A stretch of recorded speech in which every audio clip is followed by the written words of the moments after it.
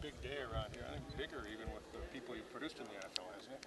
Yeah, it has. You got guys like Coach Tomlin here, and I think it's his fourth year he's come here, and Chip Kelly. I saw Mike Zimmer here. I think I'm not sure how many, if every team was represented, but it sure seemed like it. But our guys performed very well, and that's been a consistent theme here.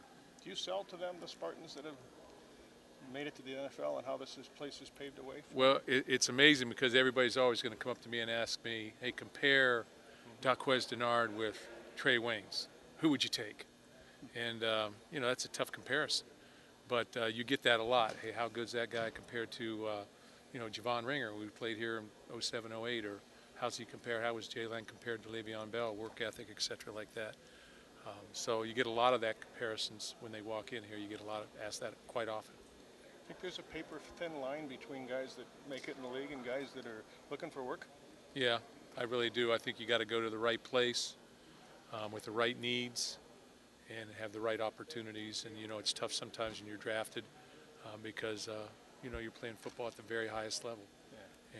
And, they have limitations in terms of number of teams and number of players. So, what's really exciting is every one of these guys that were out here today are going to have their degree but two. And really one of them will get their degree in May, and other than that, every one of those guys, they already have their degrees. So that's exciting for them. Pretty good group. You couldn't stop smiling at the combine, could you? Oh, they caught me in they caught me in a light moment. They caught me in a soft moment. So it was. I think they asked me what I thought that he would run, and I think that's why they got me. So just the moment, huh? It The was cameras the moment, on everything. Yeah. Mark, you've made your statements on the players, but can you express a level of disappointment on the two players that have gotten in trouble here in the last couple of weeks? Yeah, obviously you're always going to be disappointed, when you have problems. But, that is part of what we do here too, is we have to manage issues. So we've got to take steps to do that. But more importantly today is about our guys that are leaving, and we want to focus on that, on the good things. Coach, can you talk a little bit about the guys and just performing, and maybe if there was somebody out here who surprised you? Well, I've seen these guys for 4 and 5 years, so they're really not surprising me. But I think that a guy who opens some people's eyes, everybody knows that Trey has done a great job, but I think Tony Lippett really helped himself by his play at his demonstrations out here at corner today, wide out, but corner. Catching the football the way he did, and his movements at corner. I think Jeremy Langford, the way he caught the ball, probably surprised a lot of people. And that was a positive. I think Marcus Rush looked very fluid out there as a guy that could possibly play linebacker. And I think everybody else, is pretty status quo in terms of, guys that are out here working and showing what they've got. I think people know, though, about Waynes and, Curtis Drummond and, Tawan Jones, things like that. This may sound silly, but is any of your motivation when you put Lippett at corner for his future, or was that all about the team? It's all about the game, but also want to allow everybody to express themselves offensively and defensively. And, it's not only for that, but I think that, you use the people that you have and you use the skill sets that you have. And, he had that skill set in 2011 as a redshirt freshman. So to not look at that and use that, and, sometimes you look at things and you look back and say, could that guy have made a play on a deep ball, that it would have turned the game around or something like that. We only lose 2. So, but all things work out in the end, and he has his opportunities, and I just think it's a good situation for him. And I really think today opened a lot of people's eyes. Do you think you guys working out in multiple spots today, whether it's Marcus or Tony? Is Yeah. that something that you seek to develop or seek when you're looking for guys, that versatility? We're always looking for good football players. Marcus Rush is a guy who played at Cincinnati Moeller, and he made plays at every spectrum on the field, whether it was playing a little bit of linebacker or playing defensive end or blocking punts, kicks. And that's the kind of player he's been here. And, he's one of those type of guys. So, sorry. Jeremy talked about, in hindsight, that the fact that he played other positions before he settled in at running back may have been a help to him. So kind of making you look like a genius, having him play a couple other positions before he settled in. Well, some people may say that. Other people may say, why wasn't he playing running back all along?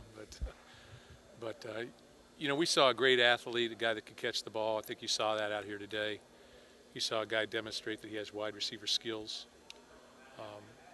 Can be dynamic in that area. He's good enough to play on every special teams and play as a corner for us. And then when he got his opportunity to go back to tailback after Le'Veon was gone, you know, he excelled and really took his play to a ceiling, I think. I think all those things demonstrate that he's versatile and he'll play on Sundays at various different positions, whether it's on special teams at tailback. You know, he's good enough to play in the slot. He can do a lot of different things for you. Mark, what does it do for you? What does it do for this program when you see this many coaches and GMs in attendance for something like this? Well, I think it speaks, you know, volumes about where we've come as a football program, you know, but you don't win the games that we've won, you know, with the number of games that we've won over these past 5 years without great players. And, you know, our coaches do a great job developing players. I think just as, you know, importantly, our strength coach and the gains that we make in our strength area and our lifting areas and our speed areas are tremendous. And then the third factor is I think we got guys that are really true competitors.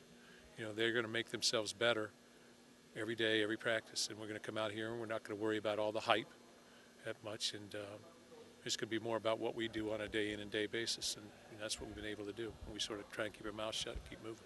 There is hype, though, Coach. I mean, when you've got back-to-back top 5 finishes, and last year, one of the things you said was you were disappointed that more players weren't drafted, and that's Sure. one of your focus for these guys after they leave your program. What do you see moving forward in this year's draft?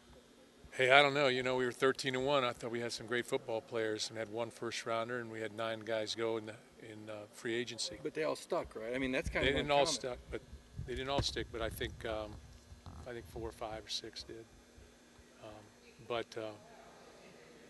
All you're looking for is an opportunity, I think, at the next level, and it takes being at the right place, the right time, with the right opportunity, and you know, an opportunity to show out, and then you have an opportunity to be judged. And we've had a lot of guys go on and play these last 8 years. I guess we've been here 8. We've had a lot of guys play, and that's a testament to their values, their core values as people, and then also to what we're trying to do here. Is it fair to say there may have been more talent in the building at one time today? Because I noticed a lot of your seniors Yeah. that are going to be going through this next year than maybe you've ever had. Well, yeah, and I saw Daquez Denard out here and William Golston out here, and so we had some former guys here. But I think our senior class next year has a chance to be as good as it's been. And really excited about our freshman class that we brought in that were freshmen this year. Some of these guys played, and then the incoming freshman class that we have this year. So you always have to, I think, remain vigilant because there's a lot of things that can detract you or derail you. I think the future looks okay, but you know we've just got to maintain our work ethic. Anxious for the spring? I mean, I know your off seasons are short, but with what you've got coming back and what's ahead for the program. Yeah, I am anxious for the spring. We've waited a little bit. We always have critiqued what we do. We've had a great winter conditioning program and a great lifting cycle. But you know, I think our players are excited about going back and playing football, and that'll start next Tuesday. Tony Mark, said, what does it mean to have like a Javon here, a Golston here, a Denard here? What does that say about this program and what you guys have built here? Well, the number one goal is to have continued relationships with our players for the rest of their life. That's the number one goal. And I think everything comes from that. So if we're able to do that and they come back because they enjoy being here and they enjoy the people, you know, it's just a stamp of, okay, hey, we're doing that. Now, that's not happening for everybody. I didn't see 150 guys here, but I think we have great relationships with our former players, and I think that's coaching. I don't care what level that is. When your players leave you, you want them to be positive members of society. You know, that's challenge enough as you go, because I mean it's difficult in this world, but you also want them to have great memories here, and you want them to come back and be a part of us. Tony said he was 60-40 for playing wide receiver. And with people that you've conversed with, can you kind of give a percentage of, you know, people that maybe ask about him as a wide receiver compared to asking about him as a defensive back? Well, I think people have a pretty good idea where he's at as a wide receiver, and they have a good feel for him. And so a lot of people were talking to me about defensive back, corner in particular, because that's an unknown a little bit. And, you know, when there's things that are an unknown, I think at this day and age, there's very few of those. There's very few of those diamonds in the rough. So people are starting to say, hey, he may be. And that's always, I think, exciting because you're looking at future perspectives. And so I've got a lot of questions about that, and I thought he performed very well. But he'll play either side, and whoever pays him the most probably gets him. What made him so good on the deep ball, Mark? Because I know that in the scheme you guys play, every now and then guys get beat deep. I don't think Tony Lippett got beat deep in No, any of those he's not games. going to get beat deep because he's got 2 or 3 inches on most people, very long arms, and he's got great deep ball judgment. And I would equate that with Quez's. And the only other guy maybe, because he was a wideout, was maybe Chris Campbell, who we converted when I was at Ohio State. Ended up playing, I think, 11 years.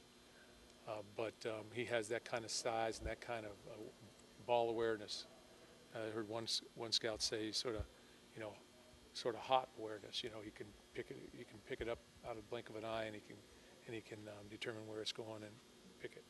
What did you think of what Marquez was able to accomplish as a rookie? When you're in college and he's in the NFL, you sort of lose track. But I heard great things about him. I see him play when he is playing. But I think he's going to have a tremendous career. Every time I've talked to Marvin Lewis, he raves about him as a person, as a player, his work ethic and his skill set and skill level. So he's got a tremendous upside, and I think he'll prove to be a guy that serves as a foundation for any program that he sticks with. What do you do during the draft? Do you watch it? Do you stay in touch with the prospects? I watch it. I've never been to it, so I watch it. Maybe I'll go to it this year. I don't know. We'll Chicago, see. right? It's in Chicago, yeah. So, but it'll be exciting this year. It is every year, and if you're playing high school football, if you're playing college football, one of your goals is to get to the next level, is to get in the NFL. And I think that it's exciting when that opportunity comes for your guys, and that's part of that commitment and that relationship aspect that we talked about. Coach, you've taken several